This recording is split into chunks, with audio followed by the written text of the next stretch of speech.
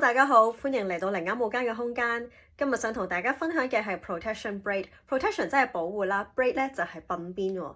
咁咧我就係想講咧呢啲咁樣嘅小小的鬢邊係啦，咁樣就可以收埋啲頭髮度咧，就唔覺，亦都唔會影響你日常，譬如返工啊或者去 party 你想整嘅頭啦。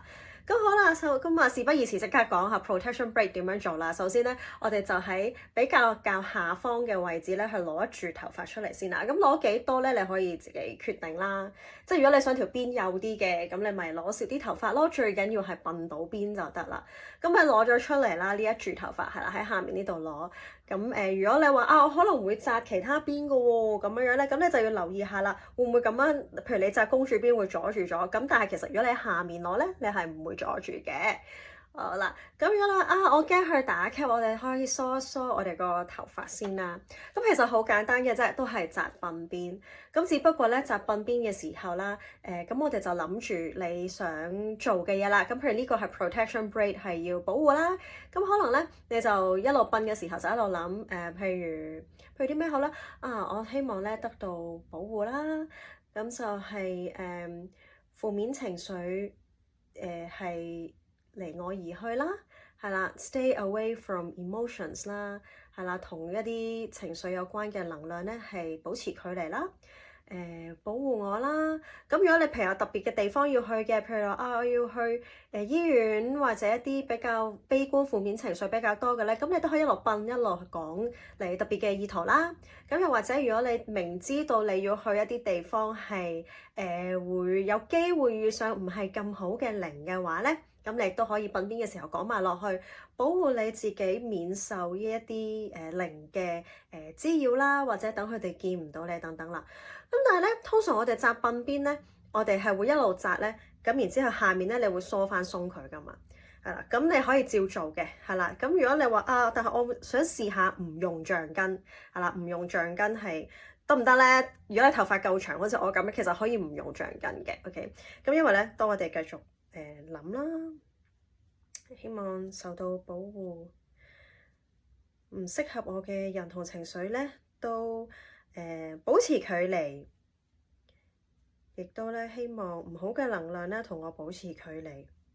請保護我，請保護我，請保護我嘅身心靈。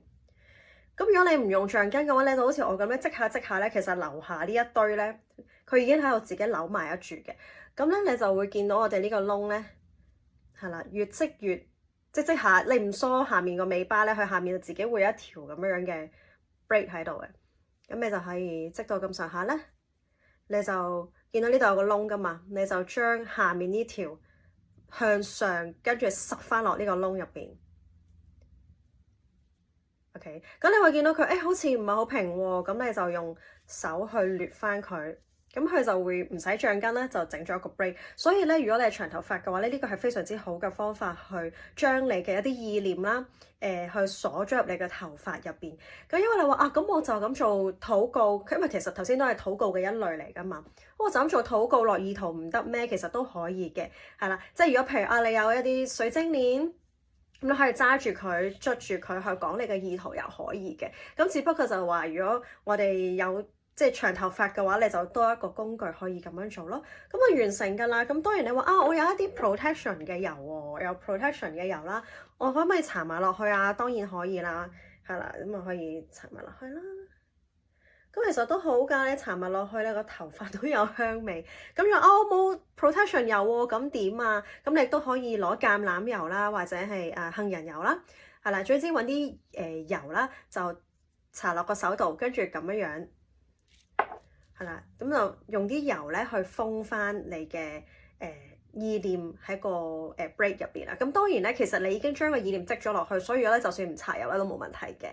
咁然之後你個頭咧就好似平時一樣，絕對唔會影響返工啊或者其他你想做嘅造型，甚至乎咧係啦，亦都可以紮完嗰啲小辮子咧，其實譬如好似我平時我想紮返隻雞喎咁樣，想夾返起個頭喎，其實都完全冇影響啦，係啦，都完全冇影響，佢依然喺下面。